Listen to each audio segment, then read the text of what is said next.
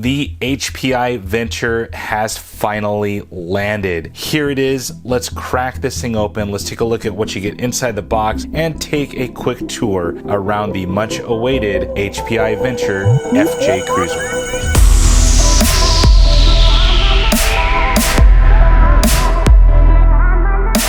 It's Rich here from the RCNetwork.com, and today is a pretty special day. We get to unbox the much awaited HPI Venture. This is the FJ Cruiser version, and I can't wait to actually crack into this box and see what you get inside of this thing. First off, let's address the elephant in the room.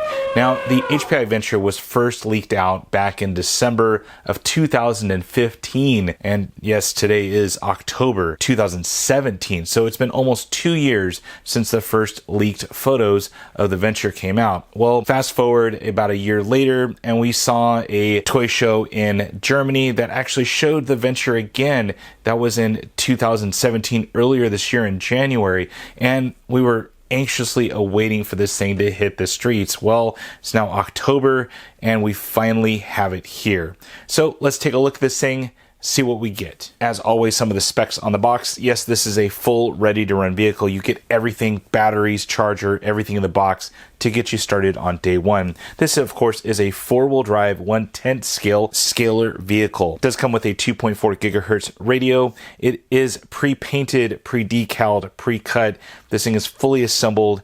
Very nice vehicle. It is, of course, electric, and it is fully waterproof, which is pretty cool. Finally, some of the mentioned specs. You do get aluminum threaded shocks. You do get a fully detailed body, including the roof rack, the mirrors, also the bumper. You get fully waterproof electronics, a C-channel steel ladder frame chassis, and then finally a crawler edition ESC. So you should have drag brake capability on this thing. Before we take a look at the star of the show, the HPI Venture, let's go ahead and take a look at some of the supplement items that come inside your box. Starting with the radio, it is the TF40. Now, way back in 2011, I unboxed a HPI Sprint 2, and this was the radio that was included. So this radio has been around for quite a long time, but at the time in 2011, it was pretty much one of the best radios around. It is 2.4 gigahertz, takes 4 AA batteries, and it does have some pretty nice features, including steering dual rates and throttle trim, steering trim, and also all of the endpoint adjustments for both your steering and your throttle, which is pretty nice. You get a whole bag of parts, including some extra body clips and also drive shaft pins, a set of tools right here, a couple of parts that I really can't identify, and there's no mention in the owner's manual, but it looks like you do get a 4-link mount, a stop for it, a little Y-yoke for possibly aluminum links down the line.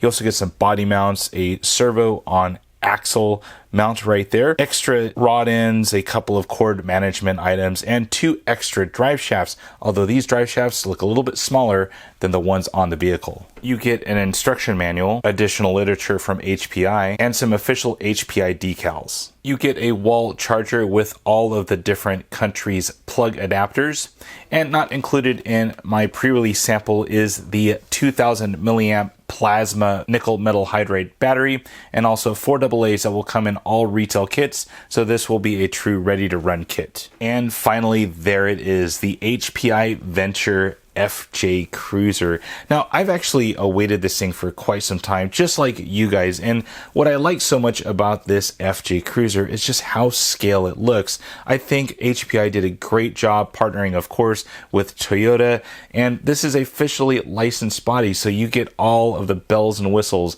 on this body set. Taking a look at some of the scale details, of course, you get the front bumper right here with like a little guard going around to protect the front end. You get little D-rings that are somewhat functional right there, although they are plastic. On the sides, you do get the little Nerf bars right there, and also the mirrors that are kind of bolted on. Now, all of the fender flares right here and down the sides are painted black, but then coated with a flat exterior finish. So it gives you that look that is almost like that rubbery finish. The included roof rack is pretty well detailed. It's kind of a plastic design, and it definitely looks scale throughout the FJ Cruiser's roof. On the rear, you get a full functioning spare tire, and you get a flip up swing out gate right here that connects into the body, so the body's not going to come detached for some reason. And once again, you do get the bumper and of course the little D-rings here on the bottom. The scale features even bleed down to the wheels here with these included little wheel hubs right here that reveal the 7mm nut inside of there.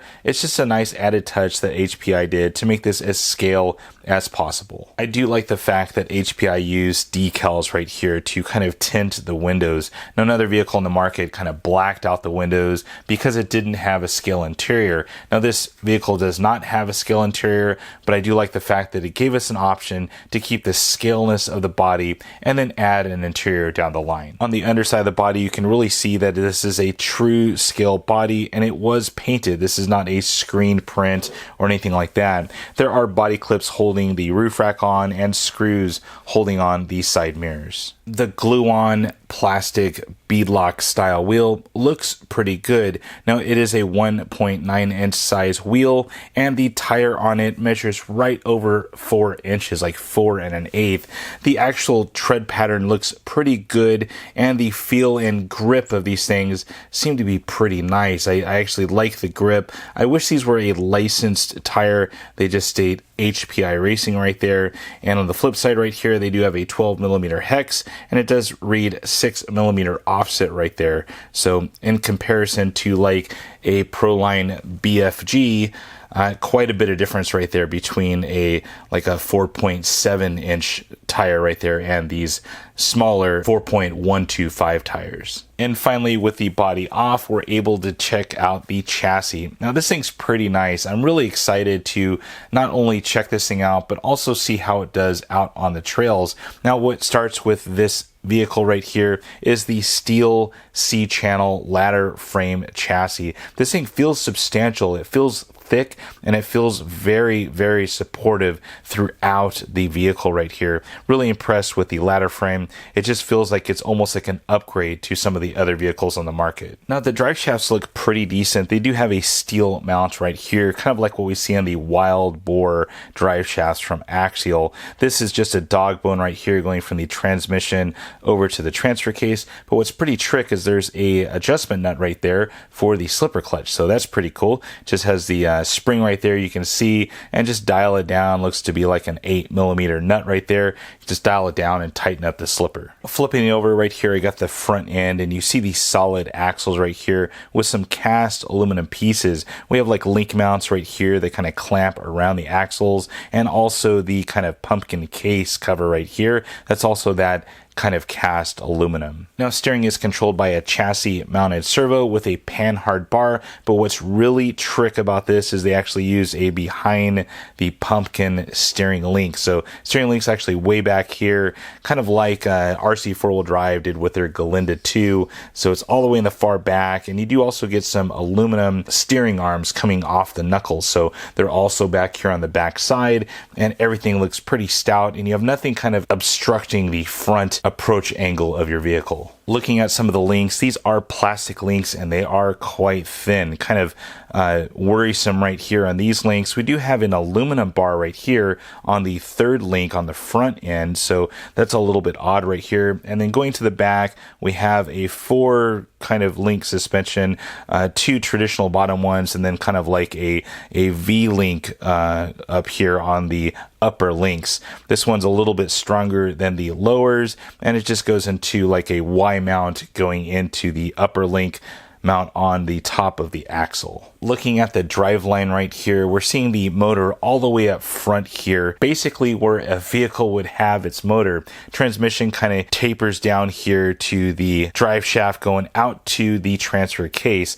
Once it hits the transfer case, it goes out to the front and rear drive shafts, going out to the solid axles on both front and rear. Now, what's really nice about this vehicle is just how low that transfer case and the drive shafts attach. The actual skid plate is actually kind of concave concave and it's mounted as low as possible, keeping that weight as low as possible and keeping you on the trail with rubber side down. The shocks are pretty nice. They do have aluminum threaded bodies. They do have plastic adjusters right there, plastic caps, and other bits and pieces are plastic. And you do have a dual stage spring design. So you have a small little spring right here and a larger one right here. Larger ones for bigger bumps, smaller ones for the small repetitive bumps. Taking a look at some of the electronics, we do get the 35-turn crawler spec HPI racing motor. This is a brushed motor, should have some pretty good wheel speed at 35 turn, and of course waterproof out of the gate. The HPI crawler spec ESC right here is pretty small in its footprint, but it is up to 3S compatible as far as LiPo, and you can run anywhere from 5 to 9 cell nickel metal hydride batteries. It is fully waterproof, and the model number is SC3SWP3. On the flip side of the ESC, you do have simple plug and play little clips right there to control the LiPo cutoff and whether or not you're running nickel metal hydride or LiPo batteries. Lastly, the ESC does come with a Tamiya plug, and that would connect straight to that included 2000 milliamp nickel metal hydride battery. Most disappointing out of all of the electronics is the SS20WR servo from HPI. This is a pretty low spec servo at 90 inches of torque and has a transit time of 0.14 seconds. The battery tray is located in the rear of the vehicle right here, kind of in the bed area, and it has a pretty large compartment and a flip up little strap right here that can house a pretty much a standard stick style battery pack right here. Got a Gens Ace. It just fits in there pretty nicely. Everything works good. You just have to take off these kind of rounded tabs right here. These are meant for the old nickel metal hydride batteries. Once you remove the screw, those things come off. You'll just have that simple strap right here to hold your battery in. Well guys, that is my unboxing and first look of the brand new HPI Venture FJ Cruiser. I have been waiting for a while for this thing, just like you guys, and hopefully this will be all worth the wait once we plug the battery in and pull that trigger. Well guys, if you have any comments or questions about this item, please feel free to share it on down below, and as always, thumbs up and subscribe. That's it for now guys, over and out.